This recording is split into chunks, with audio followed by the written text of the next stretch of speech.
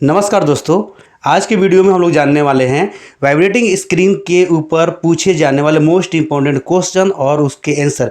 बहुत सारे vibrating screen के ऐसे पॉइंट है जो शायद आपको ना मालूम हो, लेकिन इस वीडियो के माध्यम से आपको बिल्कुल क्लियर हो जाएगा। तो वीडियो बहुत ही इंफॉर्मेटिव होने वाला है। वीडियो को शुरू से लेके अंत तक जरूर देखिए।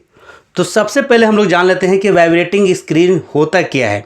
तो दोस्तों, वाइब्रेटिंग स्क्रीन एक मशीन है जो क्रश किए हुए मटेरियल यानी कि पत्थर, रेत या फिर कोयले को अलग अलग साइज में छांटने यानी कि स्क्रीनिंग के लिए प्रयोग किया जाता है।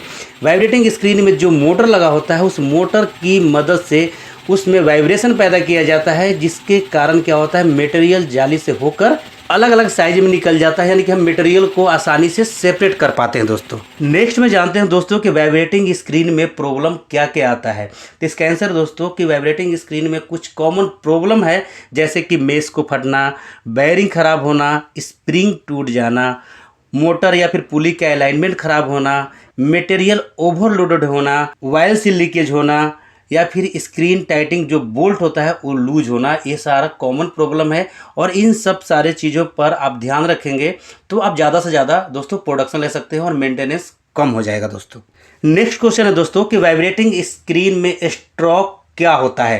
ये बहुत इंपॉर्टेंट क्वेश्चन है दोस्तों। आपने माइनिंग इंडस्ट्री में सुना होगा कि हर एक मटेरियल के लिए जो वाइब्रेटिंग स्क्रीन होता है उसका स्ट्रोक अलग अलग होता है। ठीक है, तो आखिर होता क्या है? तो इसका आंसर है दोस्तों, स्ट्रोक का मतलब होता है कि स्क्रीन का एक साइड से दूसरी साइड तक का कुल मूवमेंट होना।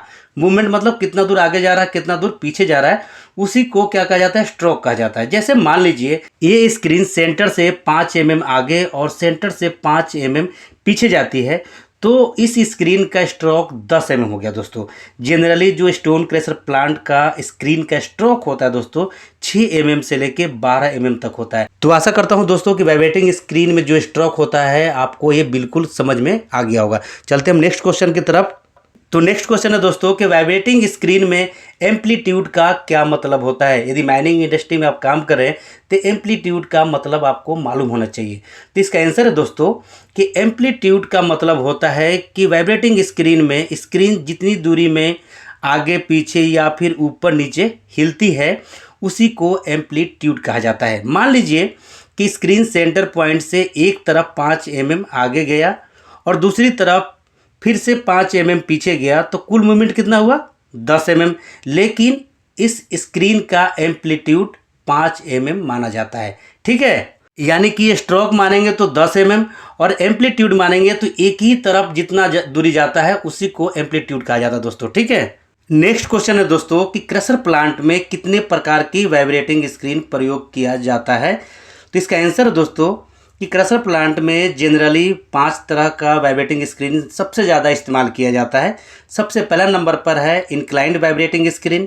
ये 15 से लेके 20 डिग्री एक साइड में झुका रहता है। दूसरे नंबर पर है ओरिजेंटल वाइब्रेटिंग स्क्रीन। इसे सीधा 0 डिग्री स्लोप पर लगाया जाता है।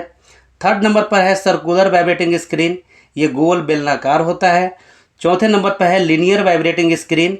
इसमें वाइब्रेशन सीधा लाइन यानी कि लीनियर मोशन में होता है।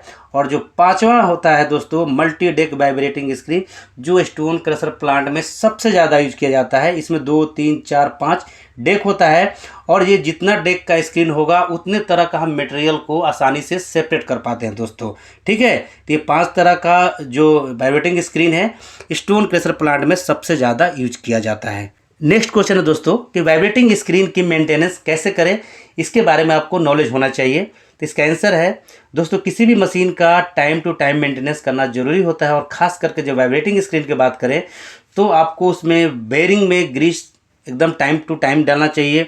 वायल वाला यदि स्क्रीन है तो उसका वायल लेवल चेक कीजिए। चेक करके यदि कम है तो उसमें मेंटेनेंस कीजिए।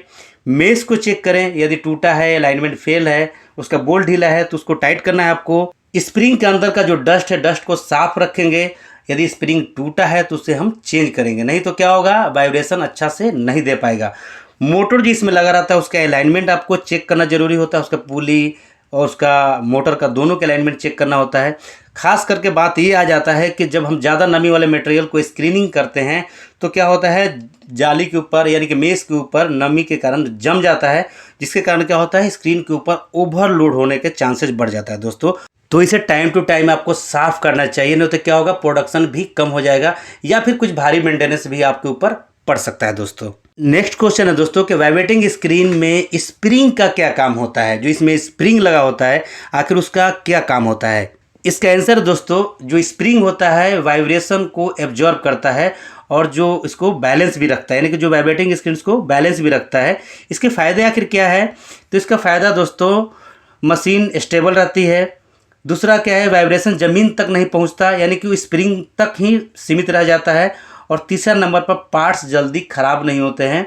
और सबसे ज़्यादा इसका मोस्ट इंपॉर्टेंट रोल है स्प्रिंग का, वाइब्रेशन करने में ये बहुत ज़्यादा हेल्प करता है दोस्तों। नेक्स्ट क्वेश्चन है दोस्तों कि वाइब्रेटिंग स्क्रीन के मुख्य पार्ट्स कौन कौन से होते हैं, ये आपको मालूम होना चाहिए। तो इसका आंसर दोस्तों कि वाइब्रेटिंग स्क्रीन में जो मुख्य पार्ट्स होते हैं, इलेक्ट्रिक मोटर, वाइब्रेटिंग शाफ्ट या फिर एक्साइटर, स्क्रीन मेश यानी कि जाली, स्प्रिंग, स्क्रीन बॉडी, बेयरिंग और फिर बेस फ्रेम, इन सभी को मिलाकर एक वाइब्रेटिंग स्क्रीन बनाया जाता है दोस्तों।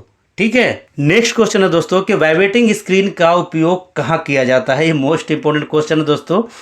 तो इसका उपयोग दोस्तों स्टोन क्रशर प्लांट में, सैंड प्लांट में, कोल हैंडलिंग प्लांट में, माइनिंग इंडस्ट्री में, रिसाइकलिंग प्लांट वगैरह में, इन मशीनों की मदद से हम क्या करते हैं, मटेरियल को अलग अलग साइज के अनुसार हम क्या करते हैं, छांटने के लिए हम प्रयोग करते हैं दोस्तों। चलिए दोस्तों फिर लास्ट क्वेश्चन की तरफ चलते हैं कि वाइब्रेटिंग स्क्रीन का वर्किंग प्रिंसिपल क्या है। क्योंकि हमने सारा चीज़ जान लिया तो इसका वर्किंग प्रिंसिपल भी आपको मालूम होना चाहिए कि किस सिद्धांत पर ये कार्य करता है। तो इसका आंसर है दोस्तों कि जो वाइब्रेटिंग स्क्रीन होता है वो वाइब्रेशन और ग्रेविटी के प्रिंसिपल पर काम करता है। ठीक है। जब मोटर स्क्रीन को वाइब्रेट कराती है तो क्या होता है, छोटा मटेरियल मेज से नीचे गिर जाता है और बड़ा मटेरियल ऊपर रहकर आगे निकल जाता है।